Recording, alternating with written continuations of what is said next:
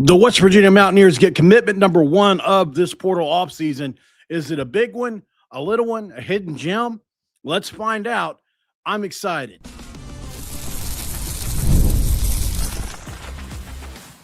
You are Locked On West Virginia, your daily podcast on the West Virginia Mountaineers, part of the Locked On Podcast Network, your team every day. What's up, guys? Welcome back in. My name is Mountaineer Paul. I am your host here. Welcome back in the Locked On West Virginia, baby, where we're talking Mountaineer football.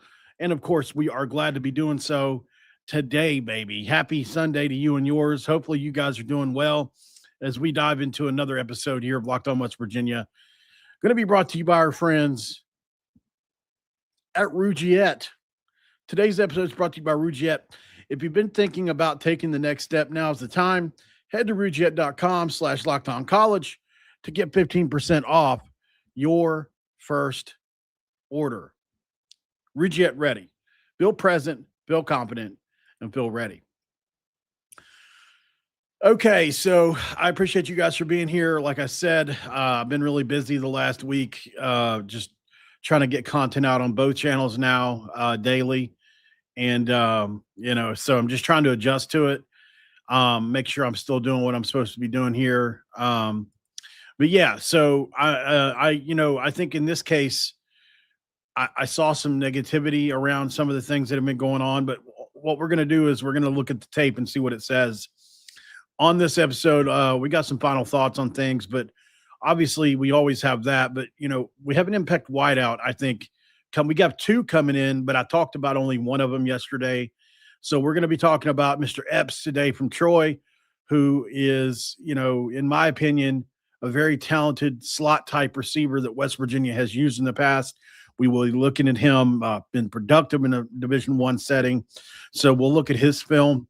We'll also look at the newest commit, Mr. Will LeBlanc, who is committed to West Virginia now as of yesterday evening.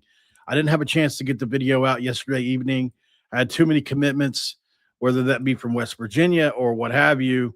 But yeah, man, here's what I'm going to do.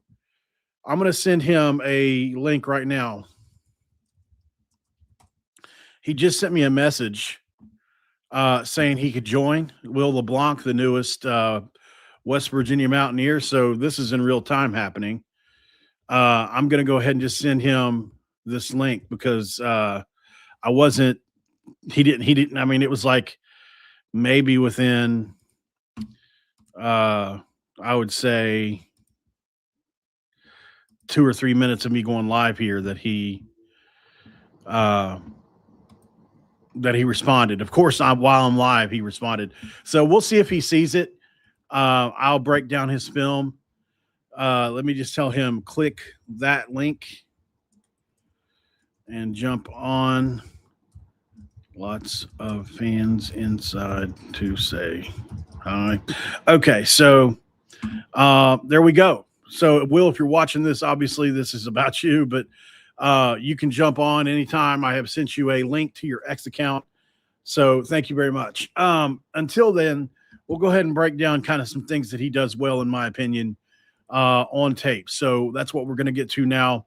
If you're not sure who he is a 6'4", 300-pound, Big 12 sized defensive lineman. He plays he can play three technique. He can play on the nose. Obviously, he can anchor versus double teams better than most D2 players can that I've seen on tape. And he's not going to have to bulk up. He's already there, 6'4", 300 pounds. He is a very hard-nosed defender. He plays snap to snap. He does not disappear late. He chases laterally really well, and he's got a motor that that you're going to have at that level if you want to move up to the Division I level, right? So that's important as well. I also think he doesn't wildly upfield himself out of his run fits. If you look at him on tape, he's very, very reserved in how he takes his run fits, and he's usually always in a good position to make a tackle. He also recognizes blocking schemes. You can tell he's got at least a pretty good knowledge of what that looks like, and this is a young player. So, he plays under control for an aggressive interior guy, in my opinion. That's probably pretty good coaching and also really good IQ. So not that raw chaos you see some guys where they're just running around like a chicken with their head cut off. What about the scheme fit, though? Because I think that's what a lot of us want to know. Interior defenders who can penetrate, not just eat space, are kind of what they're looking for, and 3 techs who can stress guards. Well, that's what he does well. He's got rotational depth, I would say, at the very least ability. Potentially, he could be like an Eddie V. That's really what he reminds me of. He's very similar to Eddie Vesterinen in a lot of ways. And I think he fits as an early down rotational defensive line. He's obviously an inside disruptor on passing downs. And I think he could be a developmental starter, within the first 6 games, potentially next year, if it takes him a year. I don't think it will. He's a high floor, high motor interior defensive lineman, right? He's not going to be a headline name. He's not going to be a guy that the fan base at large is going to get really excited about because they don't know who he is, and they likely don't even know where this school is. But he's a really good add in the trenches. You have to add players like this that you think can be in the rotation. That way that you have depth, because not everybody's going to be a quarterback add, right? So this is exactly the type of player that West Virginia has won with historically. I have no issues with it at all. And if you look at him, year 1, I think you can project him as a defensive lineman that gets real snaps. Year 2, he could be a starter, maybe a major contributor with some upside. I think this is quietly a very smart commitment. Wisconsin, NC State, other big-time programs wanted this guy. It's not like nobody wanted him. He's not the Will Smith meme where he's, "Why don't nobody want me, man?" Like, no, people wanted him, and I think for good reason. When you look at the tape, it shows, a lot about him, which is what we will look at now as we hopefully see if he'll come in here. Let me send one more message to him.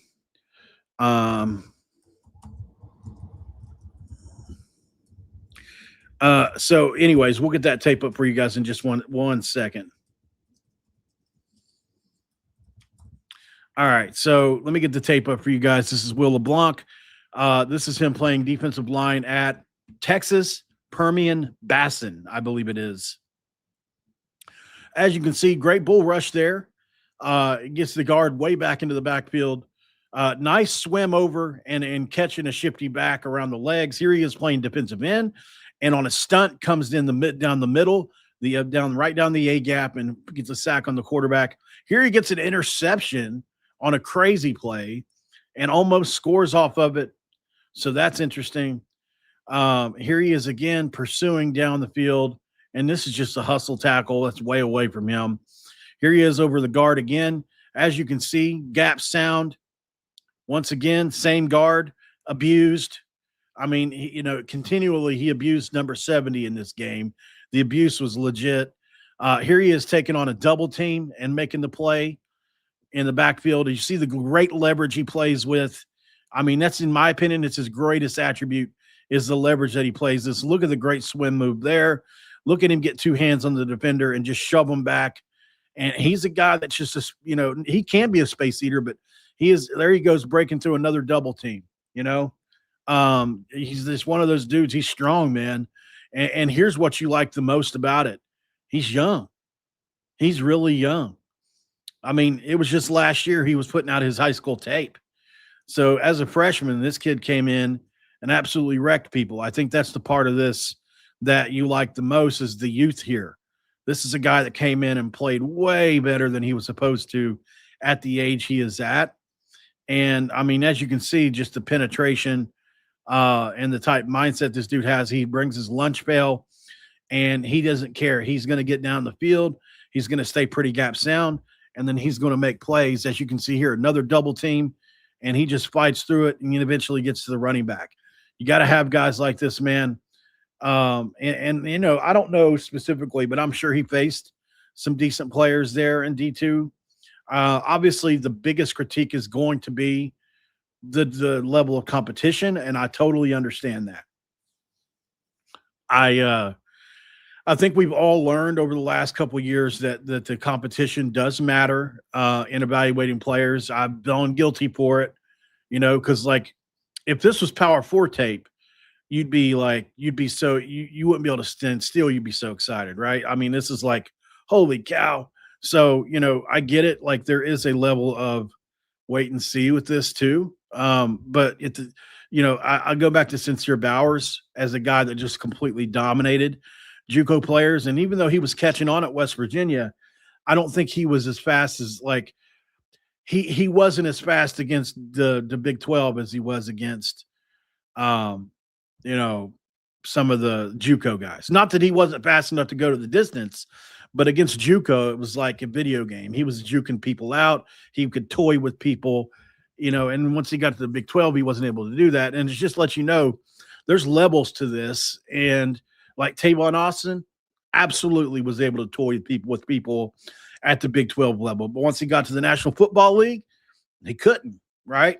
So, there are levels to this. Although I do think that Jeff Fisher misused Tavon Austin. I think we can all agree on that. He was definitely misused.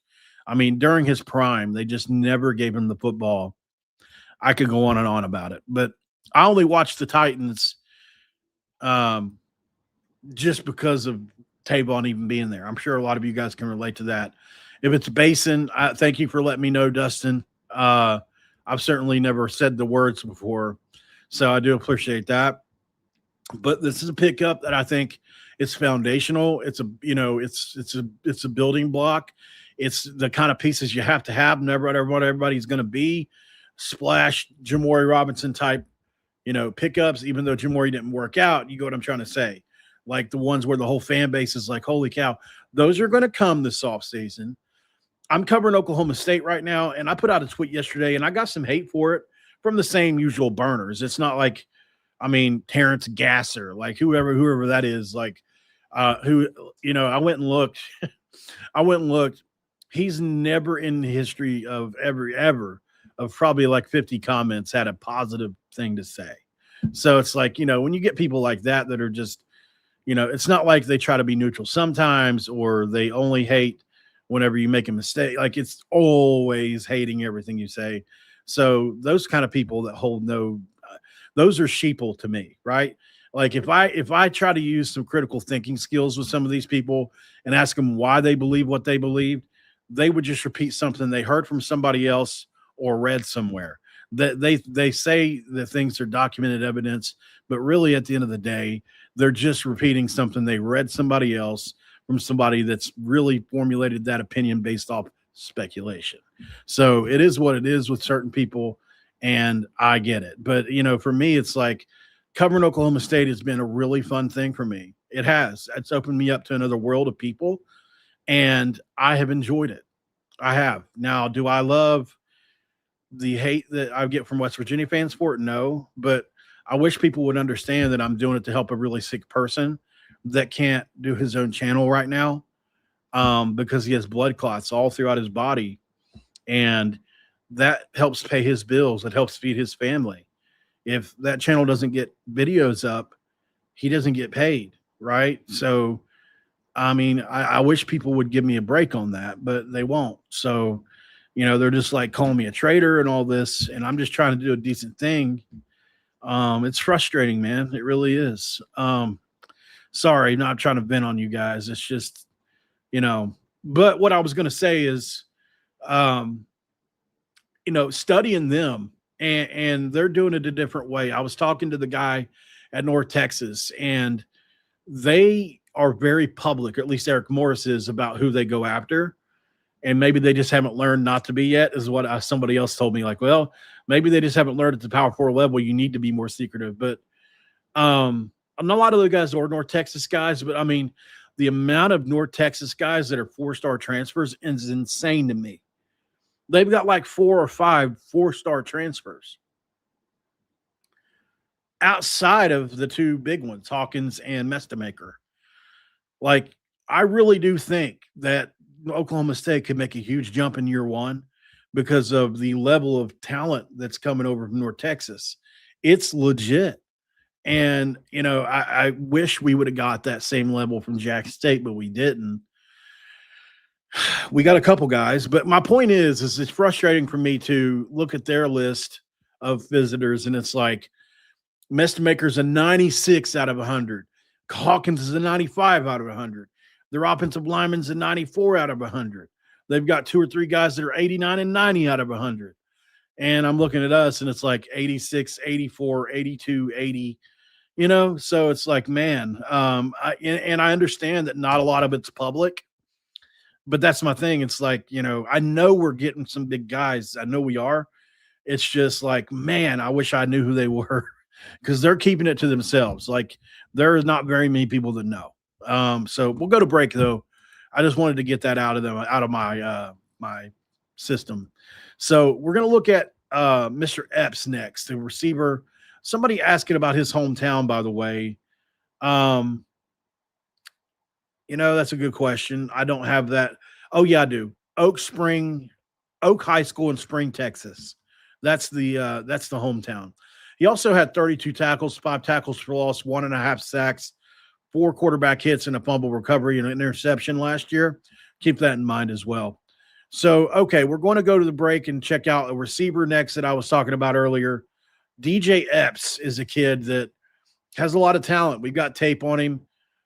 So we'll check that out right after the break here on Locked On West Virginia. Stick around. And of course, we can't go anywhere without talking about our friends at Rougiette Ready. And Rougiette College is doing it big right now. Of course they are. Why wouldn't they be? Rougiette's one of those spots where if you don't get down with the time, maybe you should. Hey, we have a visitor here. Will, let me get through this ad read and I'll add you here. And right now with Rougiette, let's talk about something most men don't bring up, but absolutely should. Stress from work, money, and life. It doesn't just switch off at night. And when it shows up at the worst possible time, Rougiette Ready is designed to help you take back control. Rougiette Ready is a next-gen prescription treatment designed to create both support in the brain and body so you can feel present, confident, and ready when the moment matters. It's easy to understand why over 150,000 men have made the switch. If you've been thinking about making that next step, now's the time. Head to Rougiette.com/LockedOnCollege. That's RUGIET.com/LockedOnCollege to get 15% off your order for a limited time. At Rougiette Ready, feel present, feel confident, and feel ready. All right, guys, we have a special visitor here, newly minted West Virginia Mountaineer, Will LeBlanc. Yes, sir. From Spring, Texas. Is that right? Yes, sir. All right, man. Welcome to Mountaineer Nation, and we're glad to have you, man. Breaking down your tape, you're obviously a hard-nosed defender, really gaps down. I think a lot of people don't realize about you is your youth as well. It was your first year in college football last year. How do you feel about the decision you've made? What led you to it? And just kind of give me a rundown on your last 48 hours. Yeah, definitely. The visit went great. Really checked all my boxes. Loved the strength program, all the facilities. Definitely, you said it. I'm still, I'm not really an old guy. I'm still kind of a young guy myself. So really just continuing to develop in that strength program and love the D-line coaches. Definitely can see myself fitting the scheme, and everything went great, and decided to make that decision. And you had other visits lined up, at least for a minute there. Wisconsin, NC State were listed. What led you to just say, you know what, I'm shutting it down? Did you just fall in love with the visit? Yeah. I know it was a 2-day visit. So the night, after the first day, I had a feeling like I might commit tomorrow, and then just seeing the coaches the next day, honestly, I just had to pull that trigger, and then it was pretty exciting. Awesome, man. Well, we're really happy for you, bro. Give fans an idea of what you come from. What was life like for you growing up and things, if you can. Obviously, you can, answer to your own discretion, but, what's your background? Yeah. So I got a big family. I got 9 siblings. I was actually born in Nova Scotia, Canada. So we moved to Houston when I was like 1 or 2. So Awesome. I grew up in north side of Houston my whole life, Spring area. Was a basketball kid growing up, actually. So I only started playing football my junior year in high school. The head coach just came up to me, told me to try it out, and honestly, I just fell in love, and didn't have all the offers I wanted out of high school, obviously. Ended up at a D2, had a lot of D2 offers.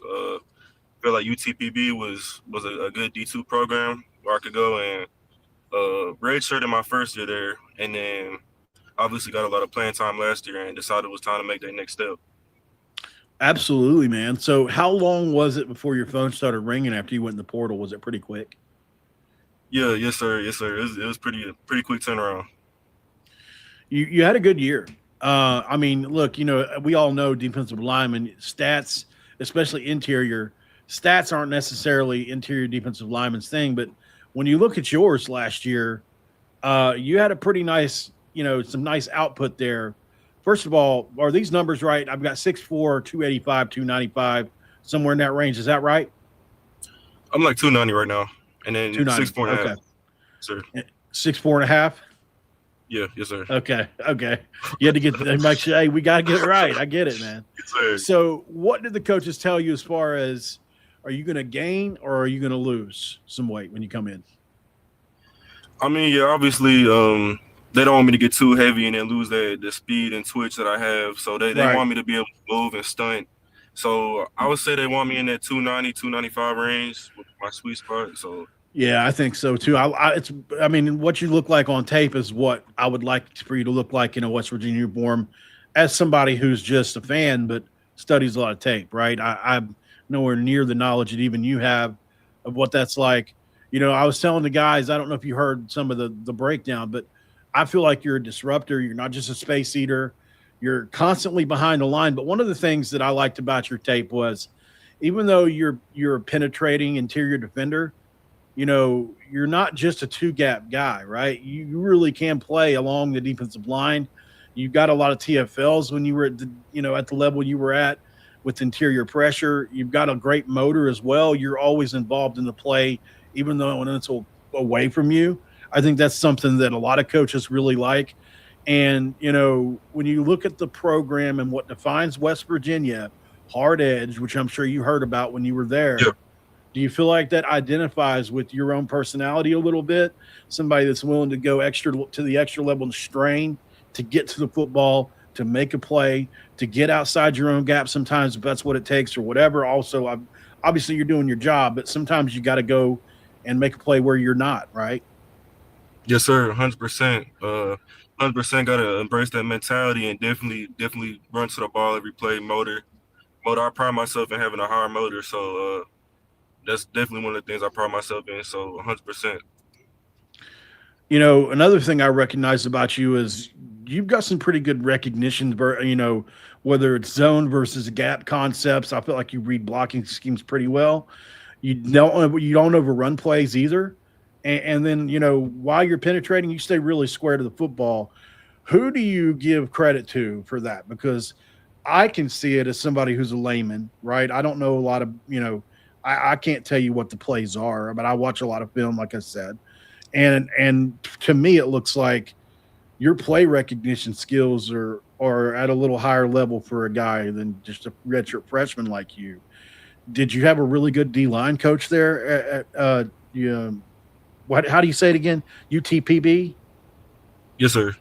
Okay. Yeah, Coach UTPB. Santola. Yeah, Coach Santola has a lot to do with that. That was my D-line coach, and obviously that's one of the things I saw. I think I need to work on the most is play recognition, being able to read blocks a little bit faster. So I feel like I can still improve on that a lot more. But he definitely helped me out a lot, Coach Santola. Yes, sir. You got double teamed a lot when you were there. I Yeah. mean, they were doubling you every game, weren't they? Yes, You had to beat a lot of. You're not going to have to worry about that, at least at first at West Virginia, I would imagine. You're going to get a lot of single one-on-one stuff. Does that make you excited? yeah, super pumped up, excited for that. Sure. Yeah, love the swim move you've got. You've got a bevy of pass rushing moves, but it seems like, the swim move is one that you've really used a lot, at least on tape. Where does that come from? Was that something you learned naturally just to get by people, or did you get taught that? Yeah, honestly, I used to swim like in high school. I used to try and swim super high, so they Oh, definitely yeah. cleaned that up, keep my swim tighter down, so I Yeah. can still keep my pads low while being Yep. able to swim over offensive linemen. So definitely they helped clean that up a lot, and then really teaching the club. Like now, I wouldn't just call it a swim move. I would try and club the arm and then Okay. use that swim over the top. Yeah. We used to call it a club rip, club swim. Yeah. But too bad we can't do like Reggie White used to do, where he used to hit him right in the ear hole. Wow. right upside the ear hole, ring somebody's Yeah. bell and get through there. Oh man, I appreciate you for jumping on. A couple more things really quick. So I'm assuming you're going to get here in January. Is that the plan for now? Obviously, you got to sign up for classes here in 8 days. So Yeah. I mean, it's coming up quick. What's this turnaround about to be like? Yeah. Obviously, it's a fast turnaround, so I should be up there a week from now. That's wild, man. I bet you're excited for it though. So a month ago, take me back to Will a month ago. You know, you're just finishing out the season. Did you try to think about what the next 6 months is going to be like? Are you just taking it as it comes? I mean, you're young. I get it. When I was your age, I was living in the moment. I wasn't thinking ahead too far. Where are you at? Yeah, honestly, like as of right now, I'm just ready to get to work. I'm just fired up to be a part of this team, be a part of this program. Love everything about it, the fan base, honestly, everything, the environment. So I'm just pumped up and ready to go. And you got that Houston accent for sure. I can tell. You're gonna. It's gonna be funny. You know who you remind me of a little bit is. Gosh, man. Hold on. I'll tell you really quick. I got him in my notes here because. Hold on. Shoot. What's his name, man? The Houston quarterback from this year. I can't remember his name. CJ. Not CJ. No. The Houston Cougars quarterback. Oh. Hold on, I'll tell you 1 second. Connor Weigman. I don't know why I couldn't remember his name off the top of my head. He's got that same accent. So, and he's from the same area, man. You guys just have it's like me from West Virginia. We've got a similar an accent that people can tell from a mile away. So I appreciate you for jumping on, man. Is there any other thing that you wanted to let Mountaineer Nation know about, or just anything you wanted them to know about you or anything? My bad. The thing lagging up. Oh, it's okay. You hear me? I was just asking if you had any final thoughts or anything you wanted Mountaineer Nation to know about, to let them know about. I can't Will. hear anything. Oh, let me know when. Let me know if you can hear me still.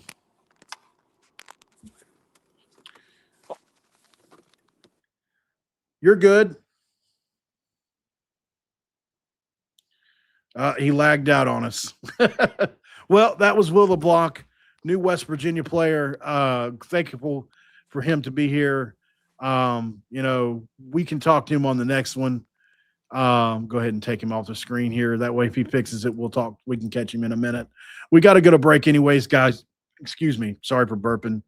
You know, let's go ahead and go to break. We'll come back.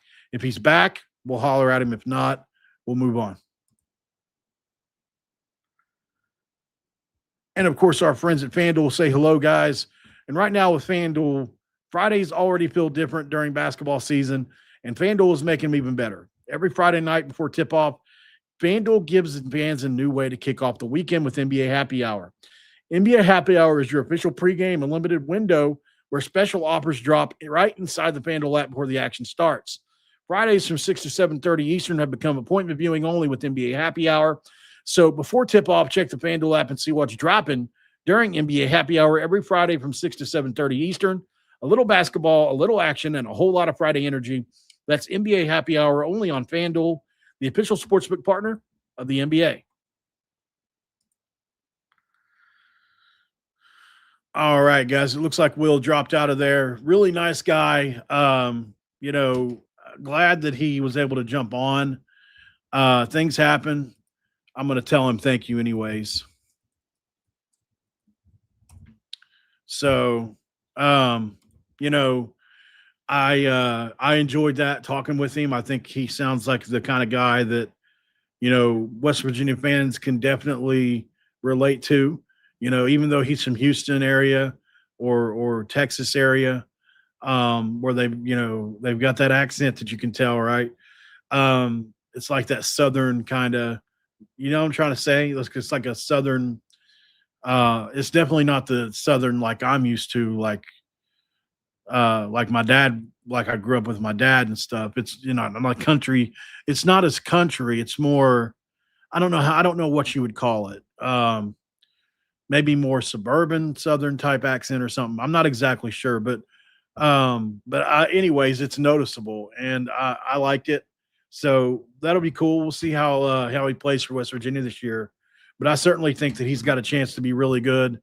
And don't worry about I think he's going to be a hard-nosed kid for us. So at the end of the day, guys, we got a good player here, and I'm really glad he jumped on, man. That was cool. He sent me a message that said his video lagged out. So that's cool. No problem, man. I appreciate him for jumping on. Guys, thanks to new West Virginia defensive lineman for jumping on the show. Got to run, but I will thank you guys, like I said, for being here and for being a part of the show today. We'll get to DJ Epps on the next one. He is the Troy wide receiver. I'll break him down here in just a bit. I've got a couple of things I have to do first. So like, subscribe, share. Sorry, it was a little, the video isn't, everything doesn't always go according to plan, but that's okay. We always roll with the punches on here. We never claim to be Stuart Scott. You know what I mean? So we will be back here in just a bit. We'll do a couple of videos today. I'm fired up today. I got a lot of energy. So it's Sunday. It's that time, right? So we will absolutely be back in a bit. But thanks for making us your first listen. And we'll be back on another video here in just a little bit. Until then, guys, Q Country Roads.